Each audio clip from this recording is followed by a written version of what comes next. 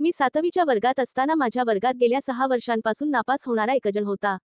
आम्ही त्याला सगळेजण नाना म्हणायचो. आमच्याच गल्लीत राहायला होता. आमच्यापेक्षा वयाने खूप मोठा. मिशासुद्धा चांगल्याच वर आलेल्या होत्या आणि हा नाना अंगाने धिप्पाडच्या धिप्पाड होता, म्हणजे आमचं मास्तर त्याच्या खांद्याला लागायचं. अंगाने पेलवान असणारा गडी पण अभ्यासात पारदरिंद्री. नानाला काहीच येत नव्हतं आणि दरवर्षी नाना नापास व्हायचा. त्यात आमच्या मास्तरने एक नियम असा केला होता, वर्गात विचारलेल्या प्रश्नाचं उत्तर जो विद्यार्थी बरोबर देईल त्याने वर्गातल्या सगळ्या पोरांच्या मुस्काडीत मारायची. त्यावेळचे मास्तर असा नियम करायचे आणि यात काय व्हायचं त्या भीतीने सगळी पोरं मन लावून अभ्यास करायची, पण नानाच्या डोक्यात काहीच राहत नव्हतं आणि त्याचा परिणाम म्हणजे नाना दररोज न चुकता वर्गातल्या प्रत्येकाचा मार खायचा आणि पोरं पण नानाला मारताना जोरात रट्टा द्यायची. नाना डोळे गच्च मिटून हाताची घडी घालून उभा राहायचा. पोरांनी कधीच नानावर दयामाया दाखवली नाही. मला मात्र नानाची फार कीव यायची. तरीही नाना दररोज शाळेत न चुकता यायचा. उलट सर्वांच्या आधी नाना वर्गात हजर असायचा. सकाळी आलेला नाना व्यवस्थित दिसायचा आणि शाळा सुटल्यावरचा नाना म्हणजे दोन्ही गाल लालभडक सुजलेले आणि डोळे पार रडून रडून खोल गेलेले दिसायचे. एक दिवस शाळा सुटल्यावर मी जवळ जाऊन नानाला विचारलं, म्हणलं नाना कशाला शाळेत येतो? तुला काही येत नाही. रोज पोह मारतात तुला, तू कुणाला काहीच बोलत नाहीस.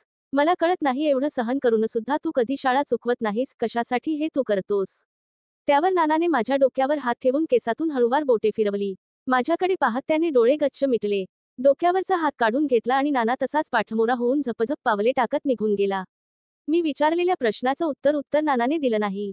रोज शाळा भरत राहिली आणि रोज नाना न चुकता मार खात राहिला, तोंड सुजवून घेत राहिला. मास्तरने प्रश्न विचारला की आपोआप नाना मनानेच उभा राहायचा, अगदी तसाच डोळे गच्च मिटून, आणि मग ज्या पोरानं उत्तर बरोबर दिलेलं असायचं ते उड्या मारत नानाजवळ जायचं आणि खाडकन नानाच्या जोरात मुस्काडीत द्यायचं. 5ही बोटे नानाच्या गालावर जशीच्या तशी उमटायची आणि मी हे सगळं केविलपणे बघत बसायचो. आणि एक दिवस घडलं असं, मास्तरने एक प्रश्न विचारला. तो प्रश्न असा होता, गावाबाहेर बायका जिथं धुणं धुवायला जातात त्या जागेला काय म्हणतात? आम्ही सगळ्यांनी जमेल तशी उत्तरे दिली. कुणी सांगितलं ओढा म्हणतात, नदी म्हणतात, वगळ, आड, विहीर, तलाव, तळ, डबक, पोहरा म्हणतात, तर कुणी खूप डोकं खाजवून काहीही उत्तरे दिली, पण मास्तर उत्तर चुकीचं आहे असं सांगत होते. नाना शांत बसून सगळीकडे पाहत होता. सगळ्यांची उत्तरे चुकलेली होती. गोंधळ शांत झाला आणि नानाने हात वर केला. जसं नानाने हात वर केला तशी सगळी पोरं एकसाथ मान वळवून नानाकडे बघायला लागली. मास्तर ही नानाकडे एकटक बघतच राहिले. त्याच शांततेत नाना शांतपणे उभा राहिला आणि हाताची घडी घालून नानाने मान ताठ करून उत्तर दिलं. गुरुजी, गावाबाहेर बायका ज्या जागेवर धुणं धुतात त्या जागेला पाणवठा म्हणतात. आणि एका झटक्यात गुरुजी म्हणाले, नाना लेका तुझं उत्तर बरोबर आहे.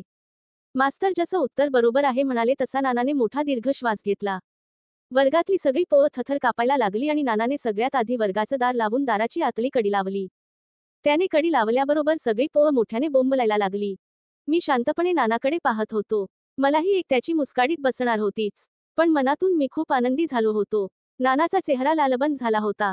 डोळे मोठे झाले होते आणि नाना आता सगळ्या वर्गावर तुटून पडणार होता. मास्तरांनीच नियम केलेला असल्यामुळे मास्तर नानाला अडवूच शकत नव्हते. तरीही नानाचा तो राग पाहून मास्तर दबकतच हळूच नानाला म्हणाले, नाना जाऊ दे, सोड लेकर लहान. मास्तरचं वाक्य पूर्ण झालंच नाही. नानाने अक्षरशः मास्तरला लहान मुलासारखं दोन्ही हाताने उचलून घेतलं आणि अलगद खुर्चीवर नेऊन ठेवलं. आणि त्यानंतर गेल्या जवळजवळ 7 वर्षाचा तो अन्याय नानाला आठवला. पोरं हात जोडून ओरडत होती. मास्तरला विनवण्या करत होती, पण त्यांचाही नाईलाज होता आणि नानाने सुरुवात केली. एक पोरगं कॉलरला धरून नानाने उभं केलं आणि नानाने असं झोडपून काढायला सुरुवात केली की बस. एका मुस्काडीत पोरगं खाली आडवं होऊन पडायचं. ते बघून बाकीचे सगळे जोरात बोंबलत होते. नाना पेटलेलाच होता. सगळा वर्ग ओला होताना दिसायला लागला. त्याच्या एका रट्ट्याने पोरं चढली ओली होईस्तोवर बोंबलत होती.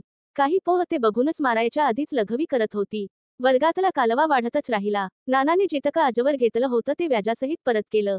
सगळ्यात शेवटी नाना माझ्याजवळ आला. मला त्याची कसलीच भीती वाटत नव्हती. उलट मला मनातून खूप आनंद झाला होता. नानाने माझी कॉलर धरली. हिसका देऊन मला उभं केलं. मी उभा राहिलो. नानाकडे एकटक पाहत राहिलो. माझ्या चेहऱ्यावरचा तो आनंद त्याने समजून घेतला. नानाने माझी कॉलर ढिली केली. मुस्काडीत मारायला उचललेला हात नानाने अगदी मायेने माझ्या गालावरून फिरवला. त्यावेळी माझ्या मोठ्या भावाची जागा नानाने घेऊन मनात घर केलं. गालावरून हात फिरवून त्याने अगदी तसाच हात माझ्या डोक्यातून फिरवत म्हणाला, कळलं का, मी आजपर्यंत शाळा का बुडवली नाही ते? कारण मला माहित होतं एक ना एक दिवस माझं उत्तर बरोबर येईल आणि त्या दिवशी मी सगळा हिशोब चुकता करून टाकेन. नानाने त्याचं दप्तर उचललं. कडी काढून त्याने दार उघडलं आणि नाना वर्गाच्या बाहेर नवे शाळेच्या बाहेर कायमचा निघून गेला. त्यानंतर नाना शाळेत कधीच दिसला नाही.